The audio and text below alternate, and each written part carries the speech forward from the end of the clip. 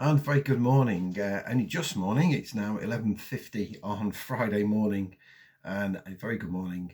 And welcome to the Saturday preview with myself, Dave Massey. Racing at Doncaster and Newbury are the two meetings I'm going to look at. There is Kelso as well. A couple of good races up at Kelso, but from a betting perspective, it's Doncaster and Newbury that look like the interesting meetings for me. We'll look at a few of the TV races. We are, of course, now just over a week and 3 days away now from the Cheltenham Festival. I went to the Cheltenham Weights launch earlier in the week. I've got the relevant documentation, which helps me now, which I find helps me now end with knowing where the cut-offs are for each of the races, that sort of thing. I've been trawling through those for much of the week. I put a few up yesterday of the interesting ones on the Racing Post. The interesting point is what ground we're going to be starting on. It's worth pointing out it's already soft at Cheltenham. There is some dry weather due next week. There's a little bit of rain this weekend, and there's some dry weather due for the certainly for the early part of next week. I think the latter part of next week looks a little bit more unsettled at the moment, and it depends. There is a weather front moving in, and it's going to depend how far over to the east that gets. It's sort of moving in from the southwest. Whether it gets over to Cheltenham or not, I don't know. The long range weather forecast I'm looking at suggests that Sunday and Monday look like days when Cheltenham, before the festival, look like days when there could be some rain kicking around, and quite heavy rain as well. So at the moment, I'm thinking we might be starting the festival on soft ground, but we'll see. Let's see what happens next week. It's long range weather forecasting is like looking into a crystal ball, isn't it? So we'll see what happens. But anyway, let's start with the Doncaster card, the 220. A Virgin Bet Mares Novices Hurdle listed race. Normally, these races get the red pen from me straight away. I just take one look at them and go, if I'm not there at the track to look at these horses, generally speaking, I don't tend to bother with novice hurdles. However, having said that, let's first of all say conditions at Doncaster tomorrow are going to be very testing. There's rain today. And although that will sort of ease overnight, we'll see this afternoon exactly how testing it is and see what the times are. It's already soft, heavy in places. I would suggest by tomorrow it's going to be sort of the other way around, heavy, maybe the odd soft patch. And that made me sort of look twice at this race. Get a Tonic from the Dan Skelton Yard has been put in at 6-5 after getting placed behind both Hillcrest and Marie's Rock on the last two starts. And that looks like, on the face of it, very good form, and probably better than what these have achieved. I've got two questions. The first one, the Dan Skelton Yard, yes, they're having winners, but equally there's a few that have disappointed from the yard recently. And the second is whether, this horse really will want 3 miles, because they're stepping up to 3 miles tomorrow with Get a Tonic, 3 mile on heavy ground. Now, the pedigree says yes. My eye says I'm not so sure. The handicap, it's not a handicap tomorrow, but the handicapper thinks her effort at Warwick last time was worth an extra £9. She was rated 125 going in. She's now 134. That second to Marie's Rock. That was a strange race because Indefatigable on the figures at Warwick should have won that race, and you couldn't give her away in the ring. Could not give her away that day. So I'm not entirely sure that she's worth the figure that she's worth now, 134. Well, see, listen, I could be wrong, but look, there are enough question marks there for me to want to take her on at 6-5. And look at the opposition; it's good opposition. These are not bad horses. Holly Hartingo was really impressive at hunting over 2.5 last time. Came right away in the closing stages after travelling well. Put up a good speed figure as well. That was in soft ground. And the time before at Ludlow, over sort of 21.5 furlongs. I mean, she didn't get up to the line. She looks like she'll stay well. She's improving. You've got Miss Fairfax that's won her last two, proven stamina, Exeter and Catterick. She didn't beat much at Catterick last time, but she beat them well. She was a little bit on and off the bridle there. That's all, the sort of one thing you would say. But, if she's got form that ties her in with Holly Hartingo as well, those two look, solid options against the favourite. And that's before you can get to the double figure ones like So Said I. Again, it was only a Class 4 handicap she won at Newbury, but she was impressive. She's proven in soft ground and she's going the right way. And equally, Gazette Bourgeois, I'm a little bit worried about the ground for tomorrow. But even the top one, Eureka Krieg, it wasn't much of a race. She won at fast last, but again, she just looked stamina laden. There are alternatives then, and I think you can get a tonic on at 6 to 5. I like Holly Hartingo at 5 to 1. I think she's the one that's taking big steps forward at the moment. She'll need another one here, but not that big a one. And I think 3 miles, she was placing a point to point in Ireland over 3. I think she's the one to be with. I think some firms are going to probably they might even give you 4 places on this tomorrow, and there's a couple of no-hopers in there. I think if you're getting sort of 5 to 1, 11 to 2, Holly Hartingo, you're on an each way bet to nothing really. Equally, you could just lay the favourite at around about sort of 2.3 if you can. I think that would also be acceptable. They're both ways of taking this race on, but I think the favourite's plenty short enough at 6 to 5. The 255 is a 2 mile and a half a furlong handicap chase, and when you see 2 mile handicap chasers at Doncaster, you tend to look for the big bite, and there he is. Lo and behold, great record at Doncaster. He's had 3 runs around here, a win in 2 seconds. Both of those seconds to Venetia Williams' horses actually. Iblio last year, and then this year a really good run against Funambule Civil and Before Midnight here about 4 weeks ago. And I really rate that form. That's good form. I think both Funambule Civil and Before Midnight are horses that have progressed throughout the season, and I'm keen on Before Midnight as a Grand Annual horse. He's done well to escape even not getting £1 for that. I really do think the handicapper could have easily put him up 2 or 3, for it. So off 144 again, I bet they couldn't believe the luck. That was on good ground last time. He's equally as effective on soft and heavy. That's not a problem.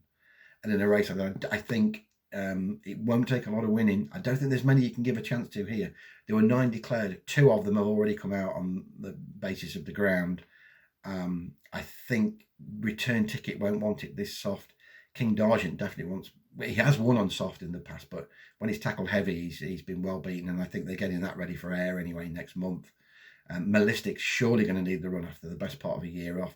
Cheddleton is consistent, but the handicap has got him off 148, although Darrow O'Keefe is an interesting booking tomorrow. I think it's between the big bite and possibly Cedar Hill, who's improving.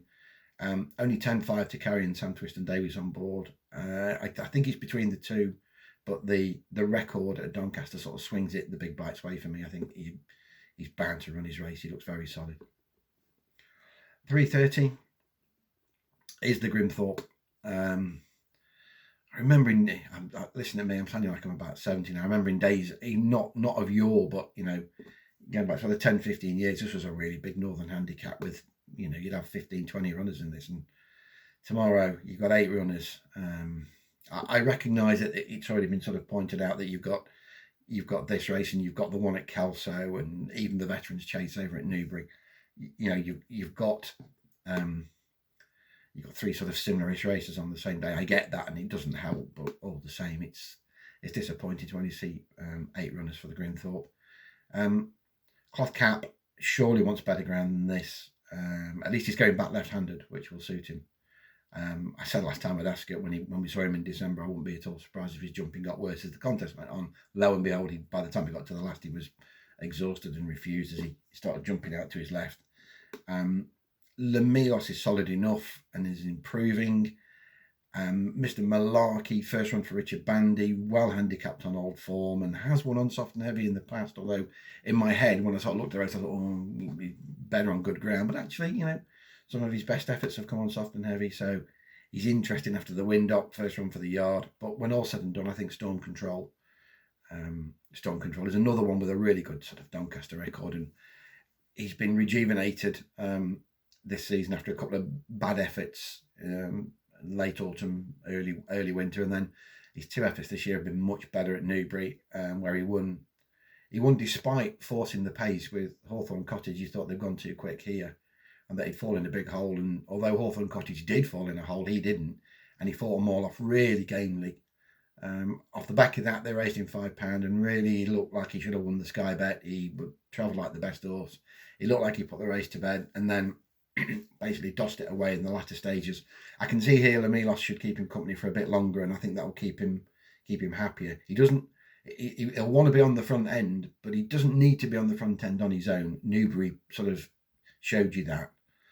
He jumps so well, and again, he's sort of, every time he's tackled soft heavy ground, he's been fine on it. I don't see any reason why he won't run his race. And if you look at that Sky Bet form, the front two were 16 lengths clear of Captain Ord. Well, that form's been franked in no uncertain terms. So I think a £4 rise is fully deserved. I don't see any reason why Storm Control won't run his race again tomorrow. I think he's probably the one to beat.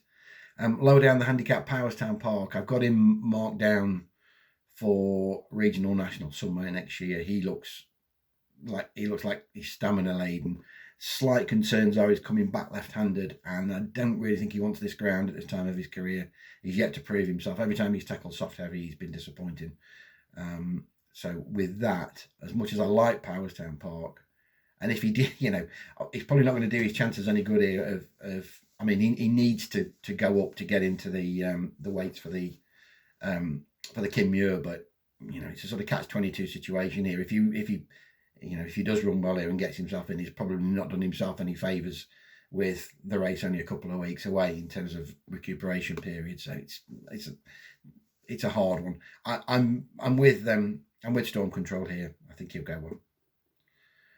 Over at sunny Newbury, which is where I'm going to be tomorrow. We'll be working on the rails. The first two races are the two that really are quite interesting. The first one is the Veterans Handicap Chase, where they put ASO in 11-4. Whisper it for fear of ridicule, but Venetia's gone off the boil a bit, hasn't she? Absolutely banging winners in through December and the majority of January, February, but I'll tell you what, he's struggling a bit now. They're not running very well. The ones that are finishing the races are finishing, well beaten, and that's, without even sort of taking into account the fact that a lot of us now are looking not as well handicapped as they were. ASO's one of these. Handicap has dropped him another 5. I keep saying the same thing with ASO. I'm yet to see any evidence he wants 3 mile plus, really. There's that one run at Haydock when he was second to Black Lion, but he was a tired horse then jumping the last. He looked like he's jumping the last quickly, but actually he's a tired horse and he's lunging at it for me. So for all that, the mark's starting to look tempting, I'm not convinced that still 3 mile, let alone 3 mile 2 here in what's going to be very testing ground at Newbury tomorrow is what he wants.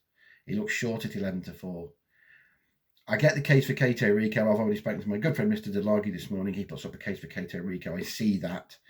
But again, I know this is an easier race than the ones he's been tackling, but all the same, again, is this really what he wants? 3-2 in heavy? Robbie thinks it might be fine. I'm not so convinced.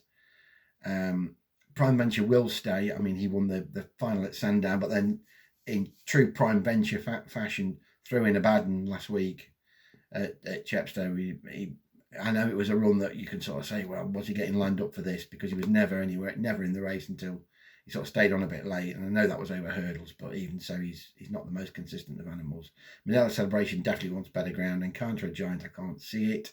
San Xavier, likewise, that was a moderate effort at Kelso last time, which leaves you with the bottom pair, Christmas in April, who stays all day on bad ground. But whether he's up to this class or not, I'm not sure. So I'm with the bottom one, Indy 5 here, who threw it in at Sandown behind Prime Venture, and that was because he couldn't lead. It was a messy start. They'd already had one go at it, and I think it was a false start, and then he was just mucking around that day. They had to mount him in the chute, and the start didn't help. He basically got himself behind, and he threw the towel in very, very quickly. Straight back to form at Catterick there last time when he got his lead, when he got what he wants, which is a show at the front. And although he got beaten 7 lengths by Manuel, he was bang there at the last, and he was just sort of given an easy time on the running once he was beaten. That was a much better run. He's a winner at Newbury and bad ground if you want to go back a couple of years. I think conditions are ideal for him. He might have Christmas and April up front with him, but it's a small field and they're not going to go a million miles an hour here, and that'll enable Indy 5 hopefully to jump better. That's his Achilles heel. Sometimes he puts in a bad one. But he was fine at Catterick. He jumped really well in the main there, and if he does the same here, I think he'll probably take a bit of beating. And the last one we'll look at is the 150 at Newbury, the Great Wood Gold Cup. not many of these I had on a short list. I think Senior Citizen we haven't seen since November and probably wants better ground. I suspect he's being lined up for Aintree next month, and hopefully the ground will dry up a bit for him. Kaluki, I really fancied at Haydock last time, but poor crikey, it was a dreadful effort. They've clapped some blinkers on now to try and turn him around. Tamarok de Mathan, I think, wants better ground than this as well. Farinay, we're back to the Benicia Williams. They're not running very well angle. She'll probably have a double now. I've said all this tomorrow. Asa will probably walk in and Farinay will double up, but I couldn't have him. The Fergal O'Brien pair, now you've got Dublin 4 down the bottom, but I find him a hard one to read, Dublin 4. I really liked him as a novice hurdler, and I thought he'd definitely go places. And I get the feeling he's probably about reached his ceiling, here off 128. This is probably as good as he is. He's been putting at 4-1 at a much bigger price. I'd rather take the 10-1 365 are offering about Paint the Dream, who was a really easy winner here. If you go back to the end of 2020 when he beat Dickie Diver, went from the front that day, jumped superbly. Now, he had a little break. We saw him in December at Chepstow. He ran okay behind Golden Whiskey, and then he came back at Wetherby a month ago. And although he's finished 4th of 4 behind Charlie and Monroe, that doesn't really tell you the full story. He only got beat 10 lengths, and he wasn't given a hard time after the last. Once he was sort of weakening, he jumped well to that point, and now he's sort of here in this race. It sort of looked a little bit of a plan, give him a bit of a break, bring him back, give him the one run to blow the cobwebs away, and then go for this. He's now back off his last winning mark of 147, and he won well off of this mark.